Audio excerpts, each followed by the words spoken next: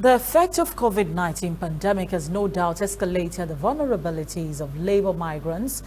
to abuse of human and labor rights, as well as victimization and other unfair and unethical recruitment processes which arose from desperation. This, according to the International Labour Organization, ILO, is the effect of the global pandemic, which has pushed migrant workers' rate to 169 million globally in 2019, while the gender distribution revealed that 68.1 million, or approximately 41.6%, were female. Speaking at a training workshop organized within the framework of the Fairway Project Director, ILO Country Office for Nigeria, Ghana, Liberia, Sierra Leone, and Liaison Office for ECOWAS, Vanessa Falla, said the capacity building workshop was to understand the key advocacy initiative that institutions such as Nigeria Employers Consultative Association, NECA, and the Human Capital Providers Association of Nigeria, UCAPAN, could use to support fair recruitment processes and manage irregular migration and trafficking of persons.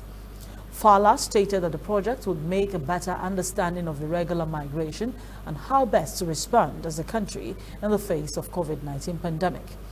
The president of the Human Capital Providers Association of Nigeria, UCAPAN, Remi Adegboyega, called for the need to look at the migration of workers from the rural areas to the urban parts of the country. Other speakers maintained that the training will strengthen the capacity of employers to mitigate the impact of COVID-19 and engage in best practices that protects the rights of migrant workers.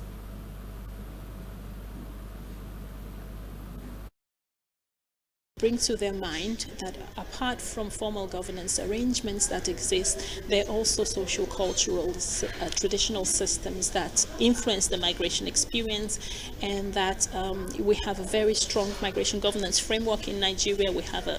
revised national policy on labor migration. The migration policy itself is in revision, so we're going to have a second national migration policy coming out. And just to bring the minds of people, participants, to the fact that it's very important to have proper institutions like they do, and it's also important to engage with the public and to be able to understand how those people interact with migrants and how that affects the migration experience. This workshop is therefore important so that we are able to discuss and understand the legislative framework around labor migration, what the policy says in terms of labor migration, but most importantly, what is the role of employers' organizations and private employment agencies in facilitating a conducive environment to promote and facilitate that labor migration in the context, of course, of COVID-19. I think that this is something that we need to look at as well in terms of migration of labor,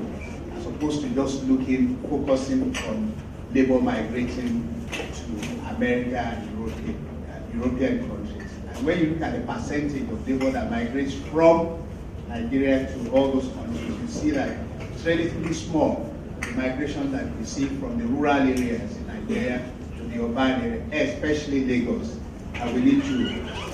look at how best we can make sure that these people are safe and that they are put in employment in a fair manner.